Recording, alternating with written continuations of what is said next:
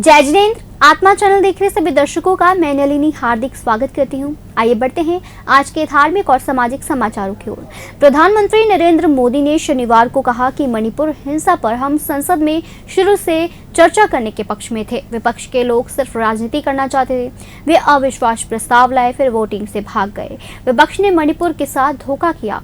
मोदी ने यह बात पश्चिम बंगाल के हावड़ा में हो रहे भाजपा के पंचायती राज परिषद कार्यक्रम में वीडियो कॉन्फ्रेंसिंग के जरिए कही।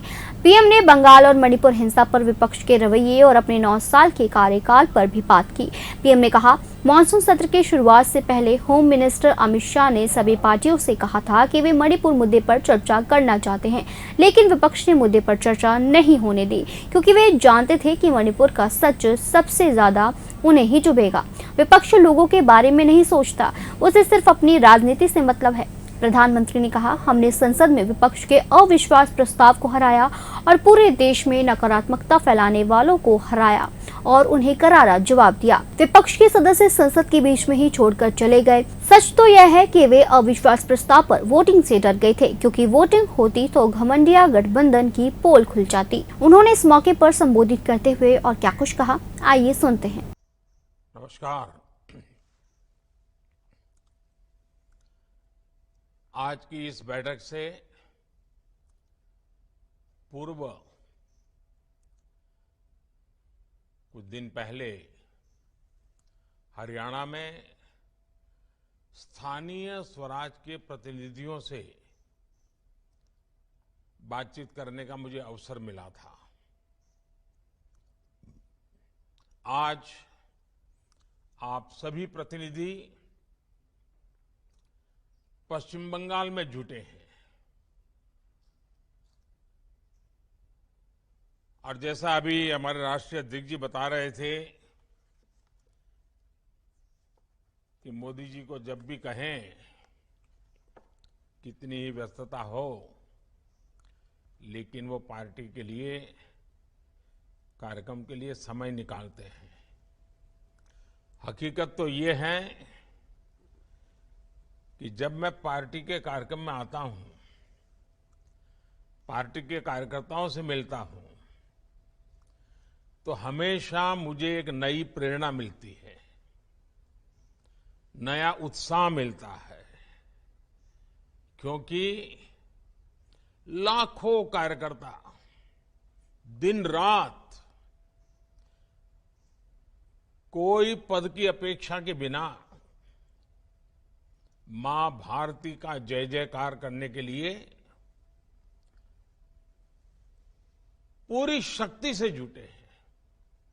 परिवार के परिवार जुटे हैं और जब इतने त्यागी तपस्वी कार्यकर्ताओं का समूह,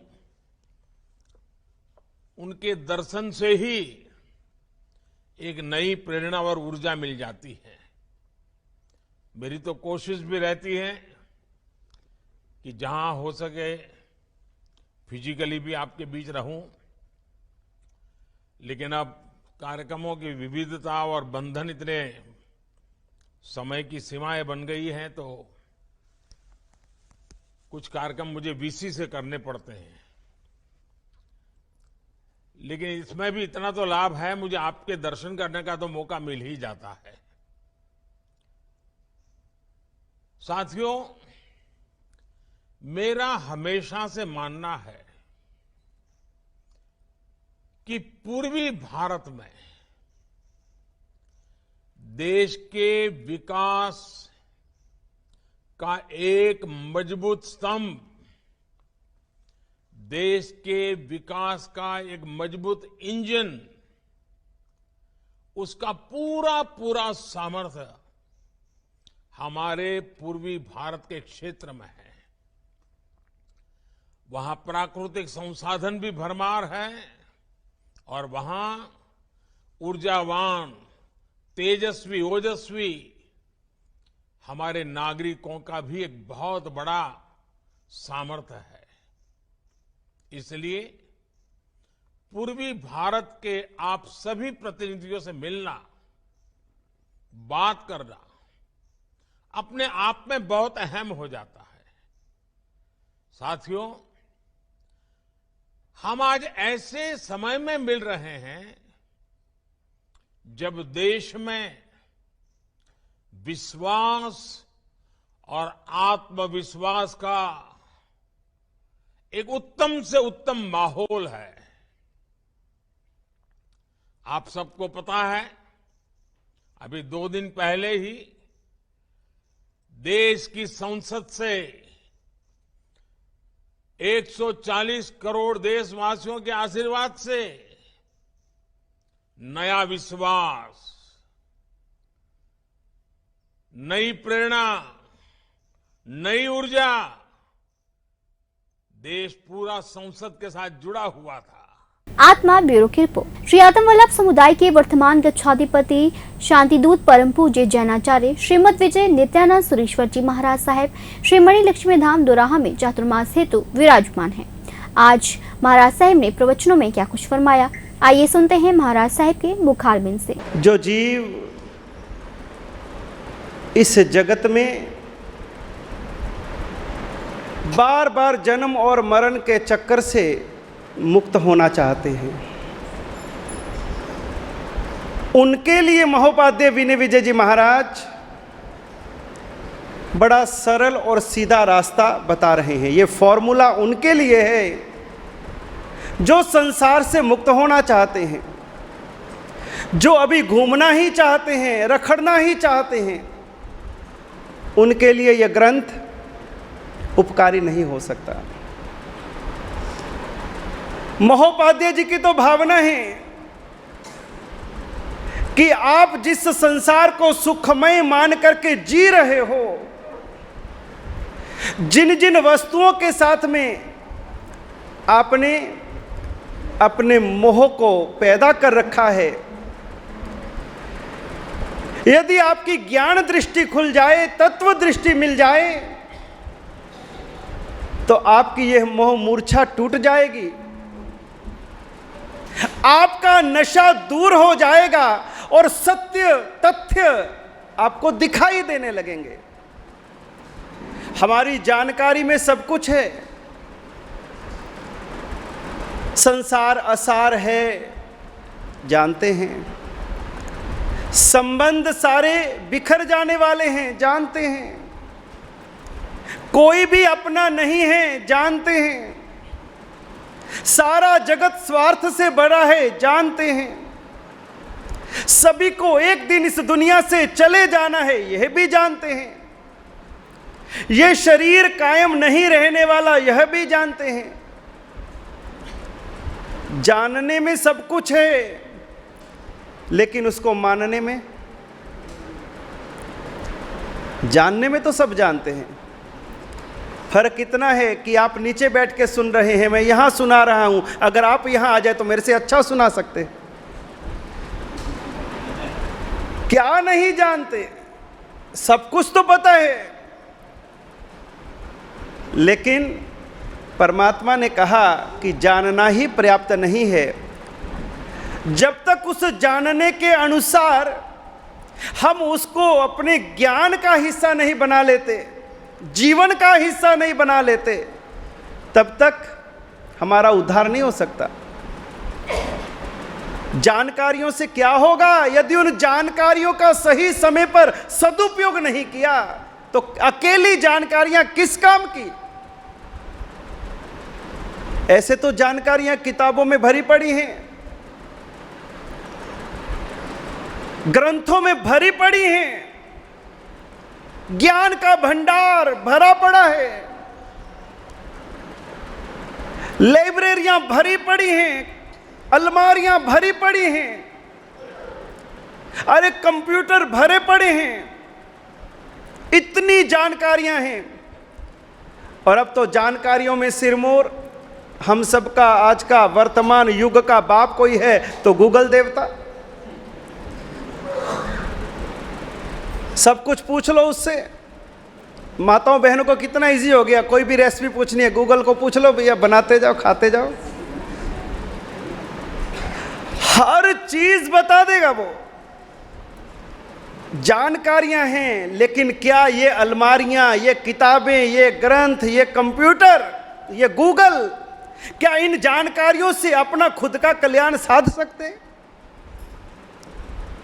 इसी तरह हमारी खोपड़ी में जानकारियां कितनी भी हों, यदि हम उन जानकारियों से अपने जीवन का, आत्मा का कल्याण ना साध सकें, तो फिर हमारी इस खोपड़ी का महत्व क्या, मूल्य क्या? फिर तो केवल कपाट खाना है, अलमारी है हमारा ये दिमाग, उसका मूल्य कुछ नहीं। अकेली जानकारी से क्या करोगे? उस जानकारी को जब तक आप अपने आचरण का हिस्सा नहीं बना लोगे, चारित्र में नहीं उतार लोगे, थोड़ा तो दिमाग अपना भी लगाना पड़ेगा। जानकारियां इकट्ठी करने के बाद में कहां किस चीज को कैसे यूज करना, थोड़ा तो अपना भी दिमाग खर्च करना पड़ेगा। एक व्यक्ति डॉक्टर के पास गया और डॉक्टर ने कहा, भैया ये 3 पूड़ियां दे रहा हूं। दुराहा से विकास की रिपोर्ट। जैन भारती महासाध्वी श्री सुशील कुमारी जी महाराज साहिब, श्रमणी गौरव महासाध्वी डॉक्टर श्री सुनीता जी महाराज साहिब आदि ठाणे 7 चातुर्मास हेतु एसएस जैन सभा हैबोवाल लुधियाना में विराजमान है। आज शुभिता जी महाराज साहिब ने प्रवचनों में क्या कुछ फरमाया, आइए सुनते हैं महाराज साहिब के मुखारबिंद से। कैसे कैसे वहाँ पर जा रहे हैं, सभी वहाँ पर बैठकर भगवान की देशना को सुन रहे हैं। और इस तरह से जैसे ये सूचना वनमाली ने भरत महाराज को दी, भरत महाराज बहुत प्रसन्न हुए। लेकिन बंधुओं, अभी वनमाली ये सूचना दे ही रहा था, भरत महाराज के मन में इतनी खुशी, इतनी प्रसन्नता, उन्होंने अपने गले का हार उतारकर उनको दे दिया। साथ ही एक और सूचना आ रही है राजमहलों से, बधाई हो महाराज, बधाई हो, आपको पुत्र रतन की प्राप्ति हुई। अरे बड़ा शुभ समाचार है, पुत्र रतन की उत्पत्ति हुई है। और उसी समय महाराज ने अशर्फियों का एक थाल उस बधाई देने वाली दासी को दे दिया। अभी बस अपने सिंहासन से खड़े ही हो रहे थे, तभी एक आयुधशाला से तीसरी सूचना आती है, बधाई हो महाराज, बधाई हो, आपकी आयुधशाला में चक्र रतन की उत्पत्ति हुई है। अभी तक भरत महाराज चक्रवर्ती नहीं बने थे, अभी तक वो अपने पिता के द्वारा दिए हुए शासन व्यवस्था को संभाल रहे थे। जैसे उन्होंने इस बात को सुना, इससे बड़े हर्ष की और बात क्या हो सकती है। बंधुओं, ये समाचार आपके पास भी प्रतिदिन जाते होंगे। स्थानक में गुरु आए हैं, अच्छा। एक दूसरा समाचार आ रहा है, अपने परिवार में उनके यहाँ लड़का हुआ है, अच्छा। तीसरा समाचार और आ गया, अपने परिवार में, अरे अपनी फैक्ट्री में जो हमने काम किया था उसमें हमें इतना प्रॉफिट हुआ, इतना प्रॉफिट हुआ, कंपनी ने हमें तुरंत बुलाया है, यदि हम तुरंत डील कर लेंगे तो ये जो टेंडर है हमें मिल जाएगा। हाँ जी भाइयों, कहाँ जाओगे सबसे पहले? सच सच बताना, कहाँ जाओगे? सबसे पहले टेंडर के पीछे जाओगे। बेटा तो वहीं मिलेगा, महाराज भी स्थानक में मिलेंगे। यदि कुछ छूटेगा तो क्या छूटेगा? टेंडर छूट जाएगा। सबसे पहले टेंडर लेकर आओ, फिर बेटे को संभालो, उसका जन्मदिन मनाओ। महाराज का क्या है, महाराज तो रोज ही, उनका तो आना जाना स्थानक में लगा रहता है। ये चले भी जाएंगे तो कोई बात नहीं, थोड़े से दिनों के बाद दूसरे आ जाएंगे, उनकी कोई परवाह नहीं। ये आपकी मनस्थिति है। लेकिन भरत महाराज इतने बड़े राजा, उनके पर कितनी जिम्मेदारी होंगी। पुत्र रतन का जन्मोत्सव मनाना, आयुधशाला में जो चक्र रतन मिला कोई सामान्य बात नहीं थी। वो चक्र रतन इस बात के सूचक था कि वो चक्रवर्ती सम्राट बनने वाले हैं। लेकिन फिर भी वो दौड़े दौड़े अपनी दादी के पास आए। दादी माँ, आज मैं एक खुशखबरी लेकर आया। क्या मेरे बेटे का कुछ पता चला? हाँ माँ, वही तो खुशखबरी लेकर आया हूँ। लुधियाना से कैमरामैन नवजोत के साथ राजेश मेहरा की रिपोर्ट। आगम क्या था, आगम पुरुष उपाध्याय प्रवर हिमाचल के श्री परम पूज्य श्री जितेंद्र मुनि जी महाराज साहेब आदि ठाणे 6 चातुर्मास हेतु ऐसे जैन बिरादरी जगरांव में विराजमान है। आज जितेंद्र मुनि जी महाराज साहब ने प्रवचनों में क्या कुछ फरमाया, आइए सुनते हैं महाराज साहब के मुखारबिंद से। मुंह में आता है 3 गुण, सत्व गुण, रजोगुण और तमोगुण। तमोगुण वाले खूंखार होते हैं, मतलब हिंसा, जहाल, सोने को पसंद करने वाले। रजोगुण वाले संसार के इंद्रियों के सुखों को प्रधानता देने वाले, बस चटपटा खाना पीना ऐशो राम, इसके अंदर जिनका जीवन रहता है। सात्विक गुण जो सौम्य शांत होते हैं, जिनको धर्म अच्छा लगता है, पाप से घृणा होती है, पाप से बचते हैं यथा संभव, जैसे जैसा जिसको ज्ञान है, लेकिन गलत कामों में उनका इंटरेस्ट, उनकी रुचि नहीं होती। तो ऐसे संसार के अंदर कितने प्राणी हिंसक होते हैं, कितने प्राणी बड़े सौम्य शांत होते हैं, कितने प्राणी मांसाहारी हैं और कितने प्राणी शाकाहारी हैं। कितने प्राणी ऐसे हैं मरते मर जाएंगे लेकिन मांस के बिना और शाकाहार नहीं करेंगे। कितने प्राणी ऐसे हैं मरते मर जाएंगे लेकिन शाकाहार के अलावा और भोजन का नहीं होगा। कितने प्राणी ऐसे हैं जो शाकाहार भी कर लेते हैं और मांसाहार भी कर लेते हैं, लेकिन जो केवल मांसाहारी अपनी मर्यादा में है, मांस के अलावा और नहीं खाता, और एक शाकाहारी है, कहाँ वो मर्यादा में है प्रकृति की जो भी उनकी है, लेकिन जो इस मर्यादा में नहीं रहते उसकी उपमा में कोई सुनना नहीं चाहता। किसी को शेर कह दिया जाए तो उसको गुस्सा नहीं आता, जो कुत्ता कह दिया जाए तो फिर एकदम गुस्सा आ जाता। क्यों? शेर पराक्रमी है, वो एक मर्यादा के अंदर है, उसको तो कहलाने में उसको गौरव महसूस होता है, लेकिन कुत्ता, वैसे तो कुत्ते का स्वभाव क्या है, कमजोर आए तो डराना और बलवान आए तो भाग जाना, अपनी पूंछ दबा लेना, दुबक जाना। उसकी नेचर किसी को अच्छी नहीं लगती। कोई एक शाकाहारी है, कहा कि वो मरता मर जाएगा, जैसे गाय भैंस आदि हैं जो गलत खाना नहीं खाते, शाकाहारी हैं। तो शाकाहारी जो अच्छे लोग हैं वो शाकाहारियों को पसंद करते हैं, और जिनका जीवन तामसिक है उनकी पसंद कुछ और है। ये तो दुनिया है, लेकिन समस्त क्लेशों से मुक्त होना है तो हमें जीवन कैसा बनाना, सात्विक बनाना, बुराइयों से बचना, धर्म की ओर बढ़ना। जो जो हमारा धर्म हमें उपदेश देता है उसके अनुसार हम अपना जीवन बनाने का प्रयास करें।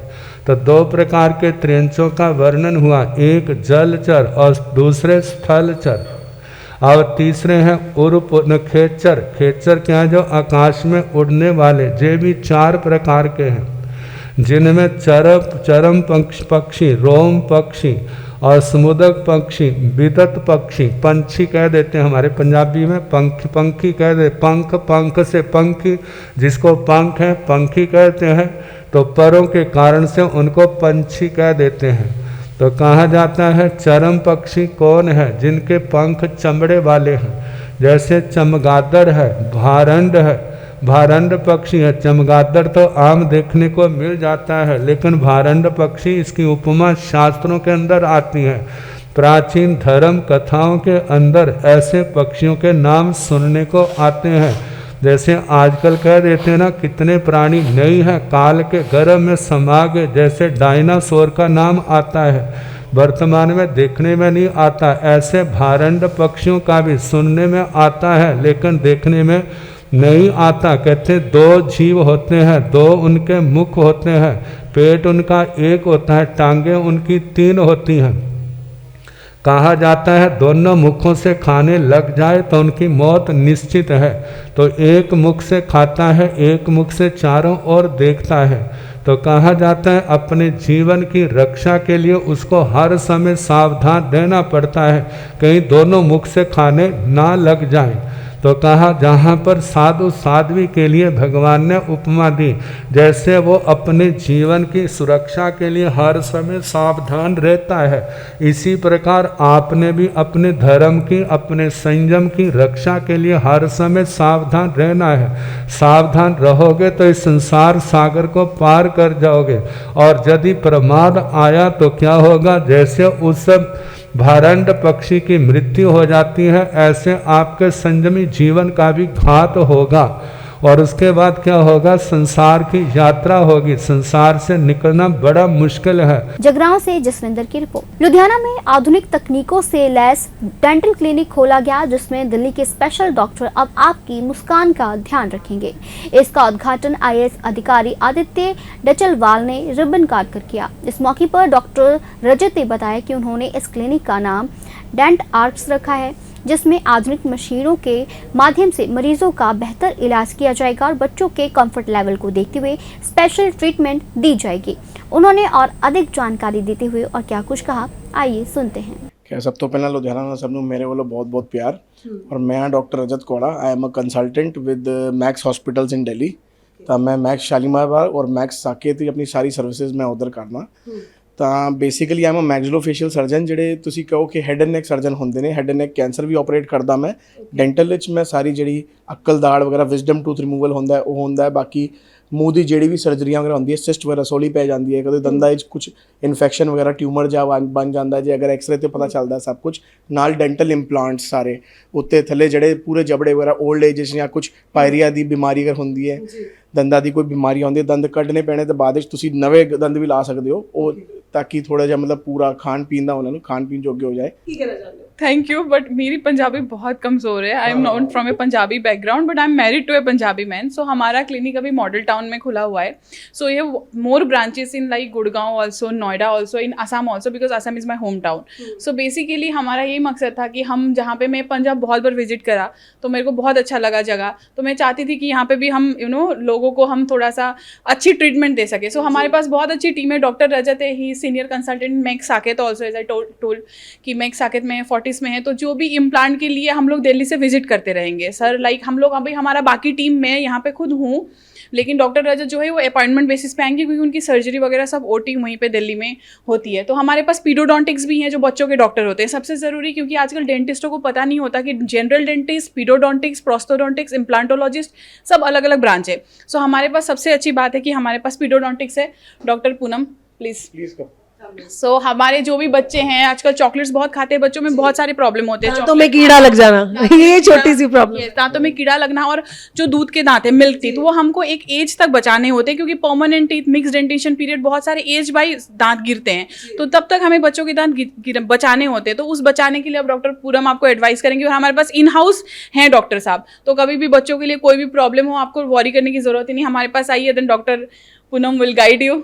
हाँ जी मैम, ठीक है जी। मेरा नाम है डॉक्टर पूनम गुप्ता। मैं एक पीडोडोंटिस्ट हूँ। पीडोडोंटिस्ट होता है जो बच्चों के दांतों का इलाज करता है। लोगों में बहुत गंदा सा एक नोशन है कि बच्चों के दांत जो है, मिल्क टीथ हैं, गिर जाएंगे और परमानेंट दांत तो आने हैं, लेकिन वो जब तक आने हैं, वो उनकी उम्र होती है आने की, 7 साल से शुरू होंगे, लेकिन वो आते आते 23 साल तक आते हैं। तो क्या तब तक बच्चे खाना नहीं खाएंगे? किस तरह खाएंगे? क्या क्या खाना चाहिए? कैसे खाना चाहिए? कैसे टूथ ब्रशिंग होगी? क्या डाइट होनी चाहिए बच्चों की? ये बहुत इंपॉर्टेंट होता है। और ऐसा नहीं है कि ऊपर का आपका बच्चे का एक दांत गिर गया है तो नीचे से वो उसका परमानेंट दांत आएगा। बहुत से केसेस में वो मिसिंग होते हैं। तो ये स्टार्टिंग से लेकर एंड तक प्रोसीजर ऐसा नहीं है कि सिर्फ हमें बड़ों लोगों का इलाज करवाना है। बच्चों का इलाज बहुत ज़रूरी होता है, उनका इलाज होना चाहिए। उनकी फीलिंग्स होंगी, जो भी होगा हम यहाँ पर सब मैनेज करेंगे। तो मेरी तो यही एडवाइस है लुधियाना के लोगों से और आसपास के लोगों से कि एक बार आइए। अगर आप सेटिस्फाई होते हैं तो फिर हम आपका आगे ट्रीटमेंट करेंगे। एक बार आके विजिट करिए। Thank you ma'am. एक ਰਿਊਮਰਸ ਹੁੰਦਾ ਹੈ ਬੱਚਿਆਂ ਦੇ ਜਦੋਂ ਦੰਦ ਗਿਰਦੇ ਹੈ, ਇੱਕ ਰਿਊਮਰਸ ਹੁੰਦਾ ਕਿ ਪੇਨਲੈਸ ਟ੍ਰੀਟਮੈਂਟ ਹੁੰਦਾ ਕਈ ਵਾਰੀ, ਇਹਦੇ ਬਾਰੇ ਕੀ ਕਹਿਣਾ ਚਾਹੋਗੇ? सो देखिए, बच्चों के जो कीड़े लगते हैं, जो फीलिंग करते हैं, वो तो ऐसे भी पेनलेस होते हैं। हम लोगों के पास नॉर्मल जो आजकल कॉम्पोजिट फीलिंग आती है, GIC फीलिंग आती है, लेज़र लाइट फीलिंग, जो UV लाइट्स फीलिंग आती है, वो सब हमारे पास अवेलेबल है। और दूसरी बात जो है, पीडोडोंटिक्स ना बच्चों को, जैसे मेरे पास कोई बच्चा आएगा, जिस तरीके से मैं हैंडल करूँगी और जिस तरीके से डॉक्टर पूनम हैंडल करेंगे, वो डिफरेंस होगा, क्योंकि वो पीडोडोंटिक्स, अब पीडोडोंटिक्स जो होता है वो बड़े लोगों का भी ट्रीटमेंट होता है, वो स्पेशलाइज्ड होता है बच्चों के लिए। सब तो पहले मैं डॉक्टर प्रियंका और डॉक्टर रजत ਨੂੰ ਬਹੁਤ ਮੁਬਾਰਕਬਾਦ ਦੇਣਾ ਚਾਹੁੰਦਾ ਕਿ ਉਹਨਾਂ ਨੇ ਲੁਧਿਆਣਾ ਦੇ ਵਿੱਚ ਕਲੀਨਿਕ ਖੋਲੀ। ਜਿੱਦਾਂ ਮੈਨੂੰ ਇਹਨਾਂ ਦੇ ਬਾਰੇ ਦੱਸਿਆ ਕਿ ਇਹ ਦਿੱਲੀ ਵੀ ਕਾਫੀ ਐਕਸਪੀਰੀਅੰਸ ਹੈ ਇਹਨਾਂ ਦਾ, ਮੈਕਸ ਹਸਪੀਟਲ ਕਾਫੀ ਲੰਬੇ ਸਮੇਂ ਤੋਂ ਕੰਮ ਕਰ ਰਹੇ ਹੁਣ ਇਹਨਾਂ ਨੇ ਲੁਧਿਆਣਾ ਆ ਕੇ ਕਲੀਨਿਕ ਖੋਲ੍ਹੀ ਹੈ। ਤੋ ਇਹਨਾਂ ਨੂੰ ਬਹੁਤ-ਬਹੁਤ ਮੁਬਾਰਕਬਾਦ। ਇਹ ਸਾਡੇ ਸ਼ਹਿਰ ਦੇ ਲਈ ਬਹੁਤ ਚੰਗੀ ਗੱਲ ਹੈ ਕਿ ਇੰਨੇ ਐਕਸਪੀਰੀਅੰਸ ਡਾਕਟਰ ਲੁਧਿਆਣੇ ਆ ਕੇ ਆਪਦੀ ਕਲੀਨਿਕ ਖੋਲ੍ਹ ਰਹੇ ਹਨ। ਤੋ ਮੈਨੂੰ ਵੀ ਬਹੁਤ ਵਧੀਆ ਲੱਗ ਰਿਹਾ ਕਿ ਮੈਨੇ ਆ ਕੇ ਇਹਨਾਂ ਦਾ ਇਨੋਗ੍ਰੇਸ਼ਨ ਕੀਤਾ ਹੈ। ਤੋ ਇੱਕ ਵਾਰੀ ਇਹਨਾਂ ਨੂੰ ਸਾਰਿਆਂ ਨੂੰ ਬਹੁਤ-ਬਹੁਤ ਮੁਬਾਰਕਬਾਦ। ਸਰ ਕੋਈ ਮੈਸੇਜ ਦੇਣਾ ਚਾਹੋਗੇ? ਅੱਜ ਕੱਲ੍ਹ ਜਿਵੇਂ ਮਾਰਕੀਟ ਦੇ ਵਿੱਚ ਪੰਜਾਬ ਦੇ ਵਿੱਚ ਅੱਜ ਕੱਲ੍ਹ ਹਾਲਾਤ ਬਹੁਤ ਹਾਲਾਂਕਿ ਸਾਡਾ ਇਹ ਮੁੱਦਾ ਨਹੀਂ ਹੈ ਬਟ ਇੱਕ IAS ਆਫਿਸਰ ਹੋਣ ਦੇ ਨਾਤੇ ਇੱਕ ਪੁੱਛਣਾ ਚਾਹੂੰਗੀ ਕਿ ਕੋਈ ਮੈਸੇਜ ਦੇਣਾ ਚਾਹੁੰਦੇ ਹੋ ਅੱਜ ਕੱਲ੍ਹ ਦੇ ਯੰਗਸਟਰਸ ਨੂੰ ਕਿ ਜਿਵੇਂ ਮਾਹੌਲ ਖਰਾਬ ਚੱਲ ਰਿਹਾ ਅੱਜ ਕੱਲ੍ਹ ਬਹੁਤ?